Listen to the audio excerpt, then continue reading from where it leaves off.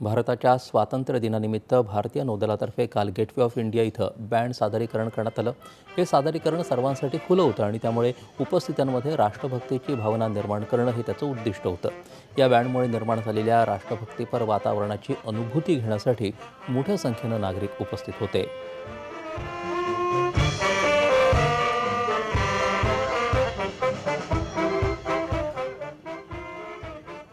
स्वातंत्र्य दिनानिमित्त पुण्यातला ऐतिहासिक शनिवार वाडा काल संध्याकाळी देशभक्तीच्या सुरांनी दुमदुमला. भारतीय लष्कराच्या बॉम्बे सॅपर्स मिलिटरी बँडनं इकोज ऑफ व्हॅलर या सांगीतिक कार्यक्रमातून ऑपरेशन सिंदूरच्या शौर्यगाथेला आणि भारतीय सैन्याच्या पराक्रमाला मानवंदना दिली. 34 कुशल वादकांनी यावेळी गायन आणि वादन सादर केलं.